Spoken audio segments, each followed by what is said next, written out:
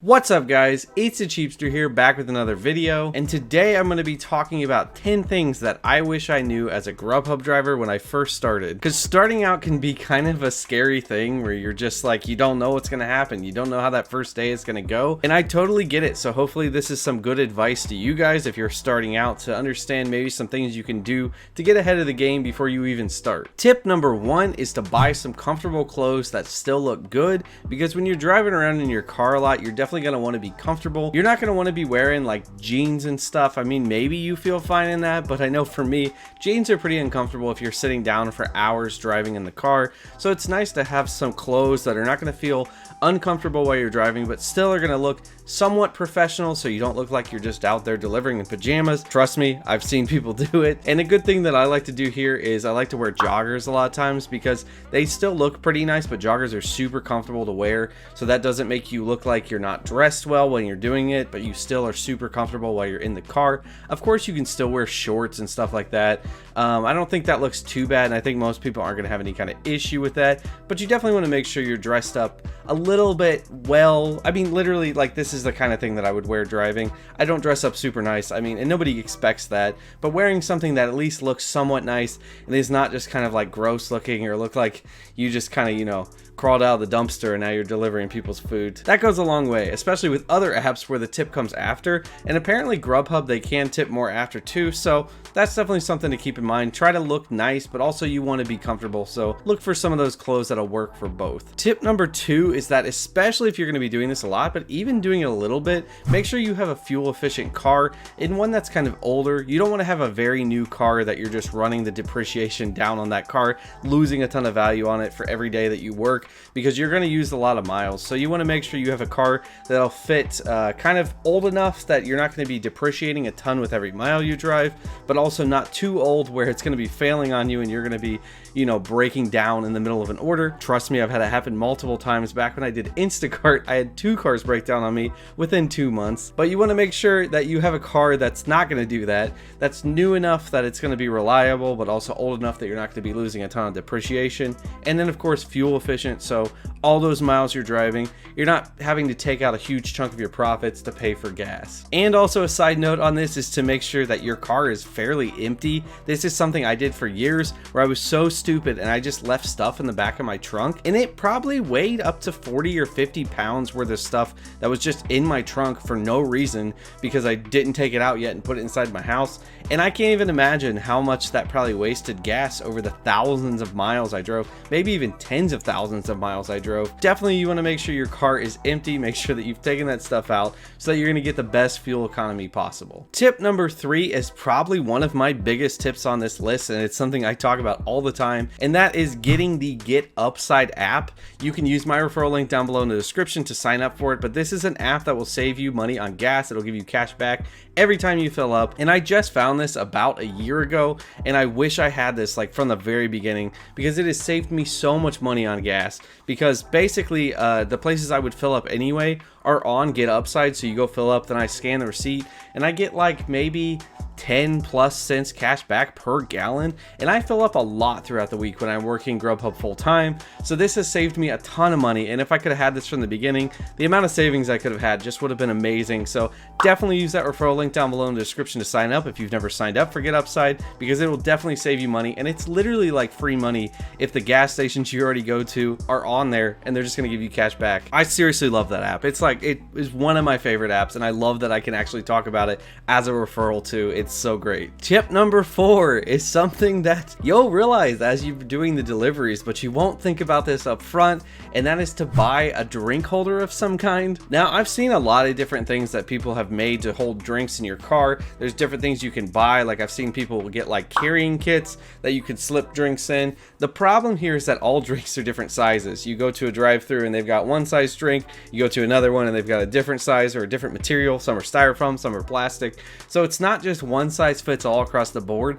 So trying to find something that's going to work with all those cups can be a little bit tricky, but you'll see this is definitely something you will want to have a lot of drink holders, especially if your car doesn't have a lot of drink holders already in them in the front, because when you end up in that moment where somebody orders a Taco Bell drink party pack plus 2 other drinks on top of it, and you have to take 6 drinks, This is a situation that happened to me actually in one of my videos. You're gonna really wish you had a drink holder, like I really wished I did, because I only have 2 cup holders in my car. That is a really big one that will definitely save you. And I've had many drinks spill on me over the years just because I'm trying to like hold them somewhere, or trying to put them in the seat next to me in their cup holders, and they spill and all this kind of stuff. So getting something like that would be really helpful. Not to mention that sometimes places will give you soup in cups, and you definitely don't want soup spilling all over the interior of your car. So this is a really big one. All right, my next tip, number 5, is to track your miles. Please start out tracking your miles. You don't know how much that's going to help you during tax time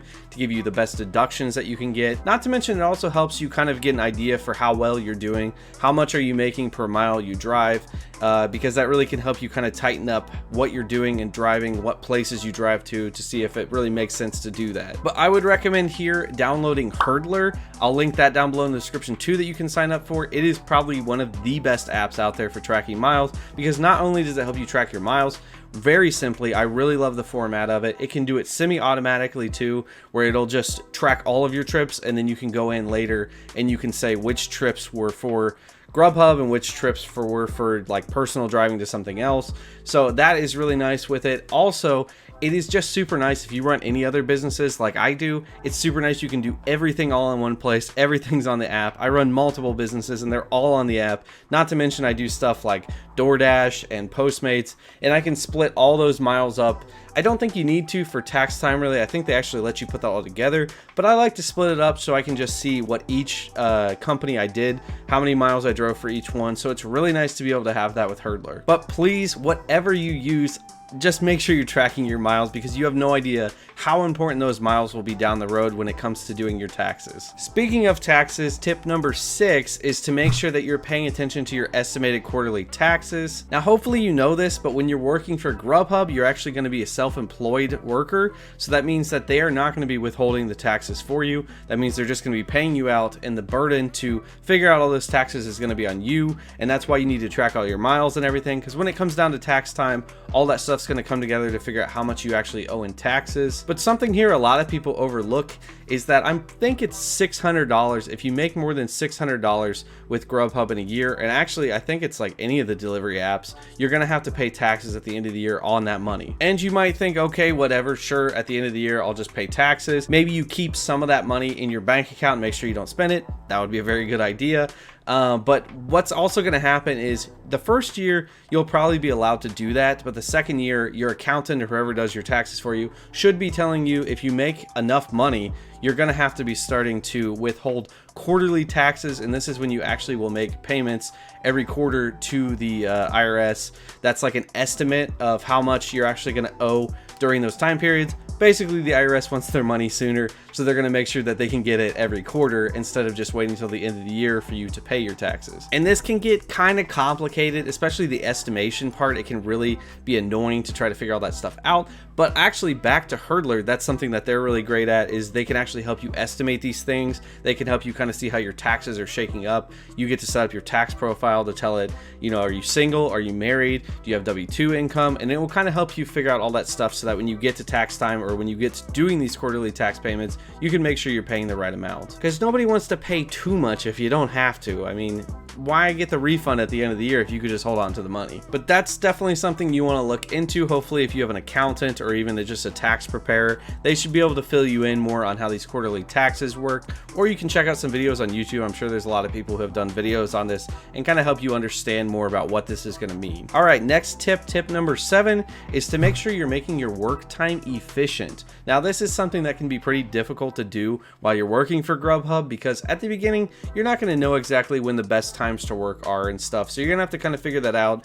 Every region's gonna be different, so nobody can tell you, you know, specifically what's gonna be the best time to work or best days to work. There's also so many variables. You know, if like the Super Bowl's happening, that's gonna be a good day. Even if it falls on a day, well, it always falls on Sunday. But my point is that that can kind of change things. So even if something like falls on a Monday, that can make it a good Monday, but maybe Mondays aren't usually good. It's just, there's a whole bunch of variables here, and it's really going to depend on your region and all that kind of stuff. So you want to figure all that out, see what the best times are to work.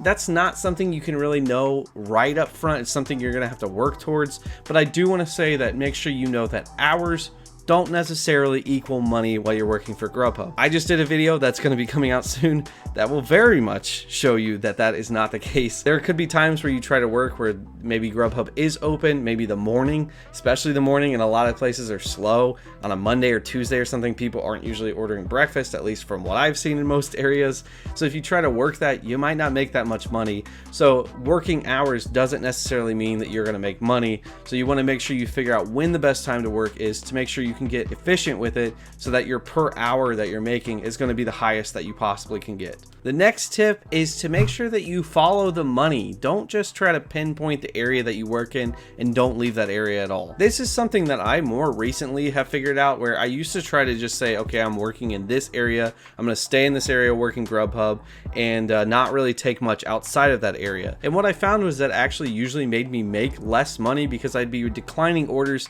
that were kind of farther away, because I'm like, okay, well, if I have to drive up there, then I have to drive all the way back, and that's going to be this much time to do that. But that's not always the case, because what that could mean is, okay, I drive up there, then I get another order that's over here. So you're kind of like going around and like following the money instead of just saying, okay, I'm driving up here, then coming back, driving up here, then coming back. Some cases you may have to do that if they're taking you out to areas that do not have many orders.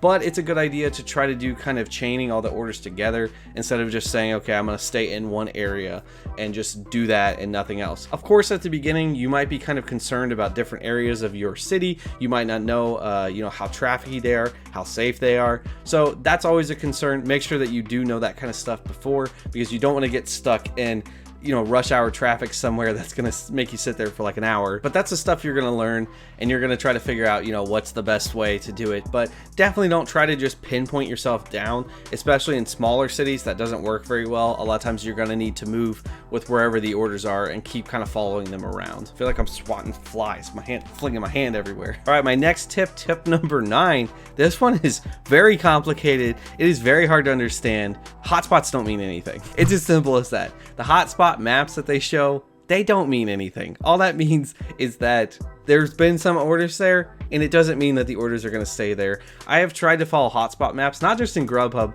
but other apps too, and I have not found a single app where the hotspot maps actually matter. There's so many times where it's like, this area is so busy, and I'll be so slow, open up the hotspot map, and it says my area is busy, and I'm like, well, there's no orders here. So I know they try to do that so that they can be helpful to let drivers know where to go, but in my opinion, it seems like that does absolutely nothing. So just ignore the hotspot maps. That would be my best advice there. And my last tip number 10, is to make your playlist or choose your podcasts or ebooks ahead of time before you go out to drive. This will be really good, because there's a lot of times where I get out and I'm driving, I don't have time to like look up stuff, and there's a lot of times where I'm trying to talk to Siri and I'm like, hey Siri, play some like house music or something, and she's like, ah, and she plays some like random Irish folk music or something, and I'm like, this isn't house. So it's good just to have that stuff set ahead of time. Make sure you have your playlist set, make sure you have what you're going to be doing ahead of time, because at the beginning you won't care as much, because you'll just pick stuff and you'll be fine pretty much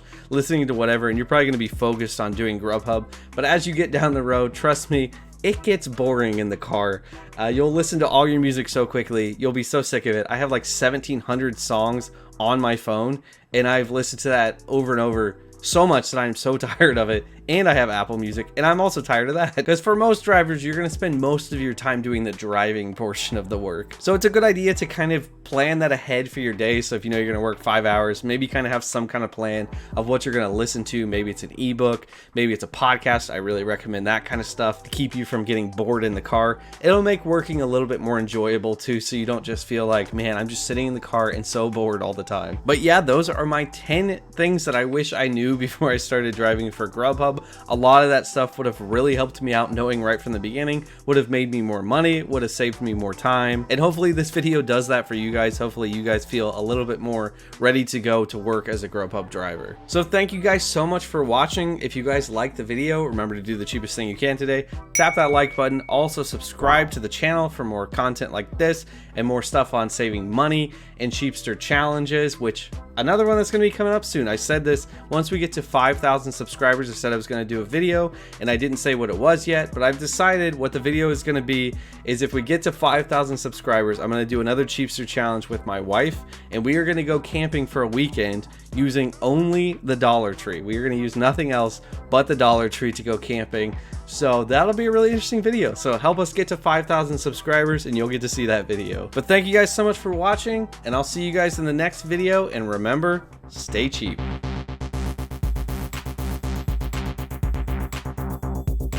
Hey, you better be saving that money. Don't you be spending it now.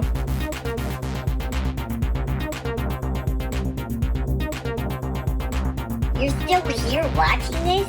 You might as well just subscribe. Why would you not at this point?